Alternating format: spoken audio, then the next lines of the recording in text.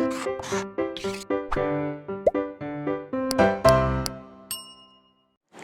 बच्चों, welcome to our study channel blueprint digital. मैं सचिन शर्मा, आपका फिजिक्स टीचर, आपका आज वेलकम करता हूं हमारे आज के इस लेक्चर में, जो कि है यंग का द्विक रेखा छिद्र प्रयोग, जिसे हम इंग्लिश में कहते हैं यंग्स डबल स्लिट एक्सपेरिमेंट।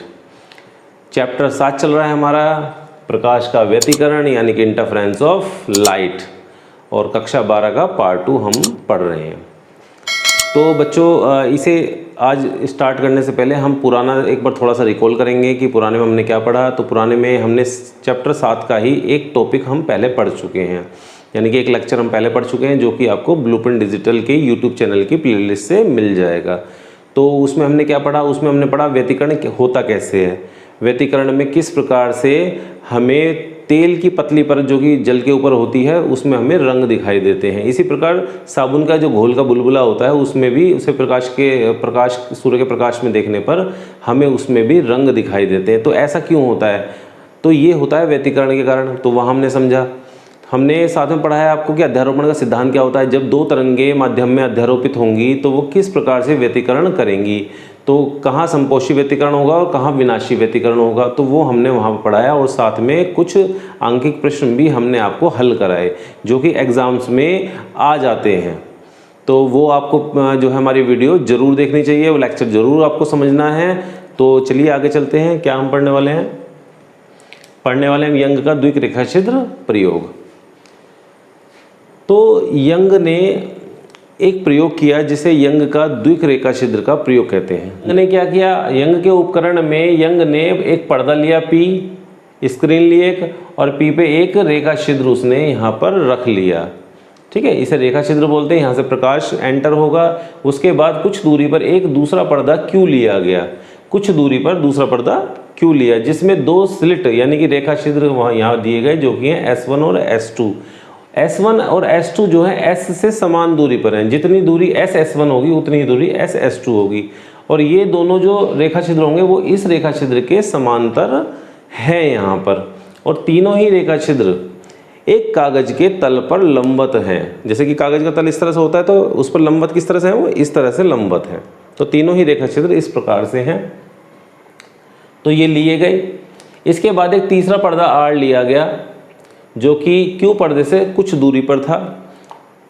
तो इस पर्दे पर हमें व्यतिकरण फ्रिंजें प्राप्त होंगी। वो कैसे होंगी वो देखते हैं। तो इसमें क्या किया गया कि यहाँ पर एक प्रकाश स्रोत रख दिया गया। तो प्रकाश स्रोत से जब ये रेखा छिद्र प्रकाशित हुआ, तो रेखा छिद्र से प्रकाशित होकर जो तरंगे चलती हैं, तरंगे चलकर S1 और S2 को भी प्रकाशित कर देती हैं। और जब S1 और S2 प्रकाशित हो जाती है तो S1 S2 से भी प्रकाशित होने के बाद यहाँ से भी तरंगे चलती हैं, और कहाँ पहुँचती हैं? इस पर्दे पर पहुँचती हैं। S1 S2 से जो तरंगे चलती हैं वो आपस में व्यतिकरण करती हैं, और व्यतिकरण करने के बाद पर्दे R पर वे पट्टियाँ बना देती हैं। तो कुछ पट्टियाँ उसमें चमकीली होती हैं और कुछ पट्टियाँ कैसी होती हैं? उसमें डार्क होती हैं, यानी कि काली होती हैं। तो डार्क पट्टियों के लिए हमने D लिया है, यानी कि काली पट्टियां, और ब्राइट फ्रिंजेस यानी कि चमकीली पट्टियां। तो चमकीली पट्टियों को क्या कहते हैं? हम दीप्त फ्रिंजे कहते हैं। और जो डार्क अदीप्त, जो डार्क यानी काली फ्रिंजे होती हैं, काली पट्टियां बनती हैं, उन्हें हम अदीप्त फ्रिंजे कहते हैं। तो इस प्रकार से सारी फ्रिंजे एकांतर क्रम में हमें प्राप्त होती हैं। कैसे प्राप्त हुई एकांतर क्रम में? कि पहले कौन सी आई? पहले दीप्त फ्रिंज दिखाई दी यहाँ पे, फिर अदीप्त आई, फिर दीप्त आई, फिर अदीप्त आई, फिर दीप्त आई। तो और जो सेंटर में होती है, इस पर्दे के जो बिल्कुल केंद्र में होगी, वहाँ पर चमकीली फ्रिंज बनती है, यानी कि चमकीली पट्टियाँ बनती हैं। तो चमकीली पट्टियों को हमने यहाँ भी दिखाया हुआ है, जैसे कि आप देख सकते हो यहाँ पे कि इस प्रकार से चमकीली पट्टी है, ये काली पट्टी है, चमकीली पट्टी है, काली पट्टी है। और जो काली पट्टियाँ हैं इसको हम अदीप्त फ्रिंजे कहते हैं, और जो चमकीली पट्टियाँ इनको हम दीप्त फ्रिंजे कहते हैं। और इस प्रकार से जो फ्रिंजे प्राप्त होती हैं इन्हें हम व्यतिकरण फ्रिंजे कहते हैं। क्या कहते हैं? व्यतिकरण फ्रिंजे। व्यतिकरण फ्रिंजे कराती हैं, यानी कि इंटरफेरेंस फ्रिंजेस।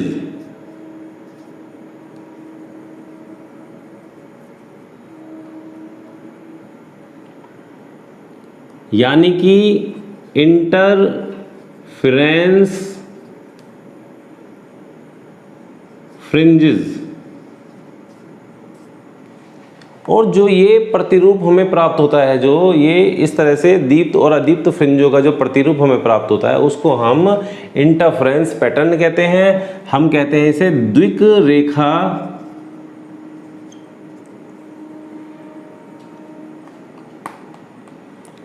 इसे हम कहते हैं द्विक रेखा छिद्र का व्यतिकरण प्रतिरूप, इसे हम ये कहते हैं, यानी कि इंटरफेरेंस पैटर्न कहलाता है ये, इंटरफेरेंस पैटर्न।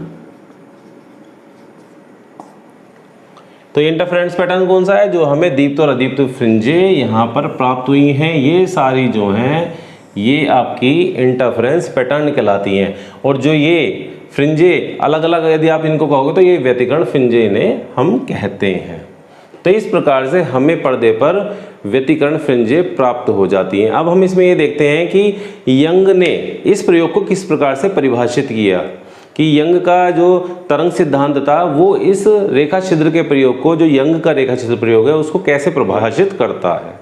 बच्चों अब हम देखते हैं हाइगेंस के सिद्धांत द्वारा फ्रिंजों का बनना, यानी कि यंग के प्रयोग की व्याख्या, हाइगेंस का जो सिद्धांत था प्रकाश का तरंग सिद्धांत, उसके आधार पर इसकी व्याख्या की जा सकती है। कैसे की जाती है? इस प्रकार से इसकी व्याख्या की जा सकती है कि यहाँ पर एक प्रकाश स्रोत हमने मान लिया, एक प्रकाश स्रोत यहाँ पर है, तो उससे एक समतल तरंगाग्र निकलता है। एक समतल तरंगाग्र निकलकर किस पे आएगा? रेखा छिद्र पर पड़ेगा, और ये रेखा छिद्र भी प्रकाश स्रोत की भांति व्यवहार करने लगता है और इससे द्वितीयक तरंगिकाएं निकलने लगती हैं। इसी प्रकार जब द्वितीयक तरंगिकाएं इस पर्दे पर क्यू पर पहुंचती हैं तो यहाँ पर जो दो रेखा छिद्र हैं S1 और S2, ये भी प्रकाश स्रोत की भांति कार्य करने लगते हैं और इनसे भी, दोनों से प्रकाश तरंगिकाएं, द्वितीयक तरंगिकाएं निकलने लगती हैं। ये द्वितीयक तरंगिकाएं कहाँ पहुँचती हैं? इनका आपस में पहले व्यतिकरण होता है और व्यतिकरण के पश्चात ये तरंगिकाएं पर्दे R पर पहुँचती हैं। तो जैसे कि यहाँ दिखाया हुआ है कि S के बाद में S जहाँ दिखाया हुआ है, यहाँ पर एक चाप दिखाया हुआ है इस तरह का, ऐसे ही एक चाप ये दिखाया हुआ है, तो 3-4 चाप इस तरह से दिखाए हुए हैं। ये S को केंद्र मानकर चाप खींचे गए हैं। तो पहला चाप जो आपको दिखाई दे रहा है ये अविच्छिन्न रेखा है, यानी कि कंटिन्यूस लाइन, और ये विच्छिन्न रेखा है यानी कि डॉटेड लाइन। तो डॉटेड लाइन, पहली हमने जो है कंटिन्यूस लाइन ली है, फिर हमने डॉटेड चाप खींचा है, फिर हमने कंटिन्यूस चाप खींचा है, फिर हमने डॉटेड चाप खींचा। तो एकांतर क्रम में हम कंटिन्यूस और डॉटेड चाप जो हैं वो खींचते हैं। तो इसी प्रकार जब यहाँ भी ऐसे चाप खींचे जाएंगे तो ये चाप आपस में कहीं ना कहीं काटेंगे। तो हम जो डॉटेड वाला चाप है इसको हम गर्त बोलते हैं, और जो ये कंटिन्यूस वाला चाप है जो कि अविच्छिन्न चाप है, इसको हम श्रृंग बोलते हैं। तो जब दो श्रृंग वाले चाप, यानी कि एक श्रृंग चाप यहाँ से आएगा और एक श्रृंग चाप यहाँ से आएगा, तो जब दो श्रृंग वाले चाप एक दूसरे को किसी बिंदु पर काटेंगे, यानी कि इसका मतलब क्या होगा कि वो एक ही कला में काटेंगे। और इसी प्रकार जब दो गर्त के चाप, यानी कि एक गर्त का चाप यहाँ से निकलेगा और एक गर्त का चाप यहाँ से निकलेगा, और जब वे काटेंगे आपस में तो वो क्या कहलाएंगे? वो भी एक ही कला में कहलाएंगे। यानी कि जैसे कि मैं आपको यहाँ पे दिखा देता हूँ थोड़ा सा करके, कि मैं कहता हूँ कि ये S1 है इस प्रकार से, और ये आपका S2 है इस प्रकार से, और जब इससे एक कंटिन्यूस चाप निकलेगा इस प्रकार से, और इससे भी एक कंटिन्यूस चाप निकलेगा, यानी कि हमारा अविच्छिन्न चाप निकलेगा, तो ये किस बिंदु पर काटते हैं? यहाँ पर काटते हैं। तो यहाँ पर क्या हो जाएगा? इस बिंदु पर हम इसे इस तरह के गोले से दिखाएंगे, ठीक है। तो ये क्या हुए? दोनों चाप एक ही कला में हुए। और जब इससे एक दूसरा चाप निकलता है जो कि होती है विच्छिन्न रेखा, यानी कि इस प्रकार से, और एक जो है S2 से निकलती है दूसरी तरंगिका, तो उसे हम इस प्रकार से दिखाते हैं। और जब ये काटते हैं आपस में तो यहाँ पर भी क्या बन जाता है? ये बन जाता है, यानी कि खाली गोला दिखाते हैं हम, यानी कि ब्राइट चमकीला गोला दिखाते हैं। तो चमकीले गोले को क्या मतलब है कि ये दीप्त फ्रिंज बनाएंगे। और ये जो रेखाएं, ये क्या हैं? ये रेखाएं आपस में व्यतिकरण कर रही हैं, और इनके जो यहाँ पे प्रतिच्छेद बिंदु है इस पर हमने चमकीला गोला इस तरह से बना दिया है। तो ये श्रृंग से मिल रहा है, ये आपका क्या है, श्रृंग, और इसी प्रकार ये भी श्रृंग है, और ये क्या है आपका, गर्त है, और इस प्रकार से ये भी गर्त है। तो जब गर्त गर्त से व्यतिकरण करेगा और श्रृंग श्रृंग से व्यतिकरण करेगा, यानी कि श्रृंग तरंगिका और गर्त तरंगिका जब आपस इस तरह से व्यतिकरण करेंगी तो इन व्यतिकरण के प्रतिच्छेद बिंदु पर हम ये चमकीला गोला इस तरह से बनाएंगे। तो मैं बताता हूँ क्या होगा इस चमकीले गोले का। फिर ऐसी भी स्थिति आएगी कि ये इस तरह का जो चाप आएगा, जो कि कंटिन्यूस चाप होगा, वो इसको भी काट देगा। यानी कि कंटिन्यूस चाप ने किसे काट दिया, गर्त वाली रेखा को काट दिया। तो यहाँ पर एक जो यहाँ पे हम प्रतिच्छेद बिंदु को, इसको हम काले गोले से बताएंगे, और काला गोला क्या होगा, ये डार्क फ्रिंज बनाएगा, ये चमकीली फ्रिंज बनाएगा और ये डार्क फ्रिंज बनाएगा।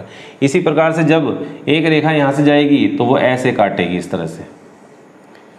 जो S2 से तरंगिका निकली है, डार्क वाली लाइन, इस तरह से डार्क चाप जो है, कंटिन्यूस चाप, ये इसको यहाँ काटता है, तो ये क्या बन गया, ये यहाँ पर काली फ्रिंज बनाने के लिए ये यहाँ पर हम इसको प्रतिच्छेद बिंदु ले लेते हैं।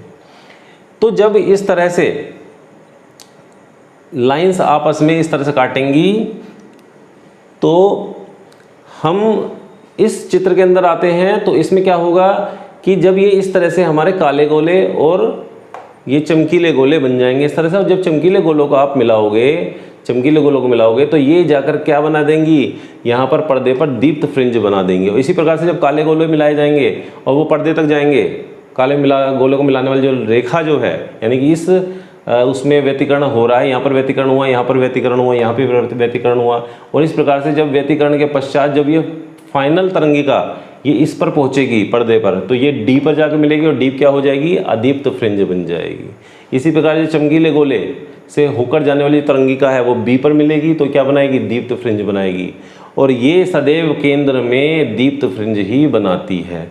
तो इस प्रकार से ये सारी जो है वो दीप्त फ्रिंज बना देती हैं। जब इन चमकीले गोलों को हम मिलाते हैं तो इस गोलों को मिलाने वाली जो रेखा कहलाती है वो प्रस्पंद रेखाएं कहलाती हैं। क्या कहलाती हैं, प्रस्पंद रेखाएं कहलाती हैं, यानी कि इन्हें बोलते हैं एंटी नोडल लाइन्स। क्या होती हैं ये, एंटी नोडल लाइन्स बोलते हैं इन्हें। और जो निस्पंद रेखाएं उन्हें क्या बोलते हैं, इन्हें हम नोडल लाइन्स बोलते हैं, NODALLINES। इन्हें नोडल लाइन्स और इन्हें एंटी नोडल लाइन्स हम लोग बोलते हैं। तो इस प्रकार से हमें यहाँ पर व्यतिकरण प्रतिरूप हाइगेंस के सिद्धांत के अनुसार मिल जाता है। और ये जो सिद्धांत प्रकाश का तरंगिका सिद्धांत है, यही यंग के प्रयोग का सिद्धांत भी है। यानी कि जो सिद्धांत उसने कहा उसके आधार पर इसे हमने इसकी व्याख्या करी, और ये सिद्धांत क्या बन जाता है, ये हमारा यंग का सिद्धांत कहलाता है। यानी कि ये सिद्धांत कहाँ क्या बन गया, यंग का द्विक रेखा छिद्र का सिद्धांत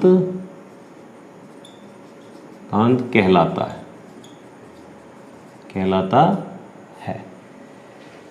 ठीक है, तो ये क्लियर हो गया कि यंग का, यदि पूछा जाएगा कि यंग के द्विक रेखा क्षेत्र का सिद्धांत बताइए, तो सिद्धांत जो मैंने आपको समझाया अभी वही सिद्धांत होता है।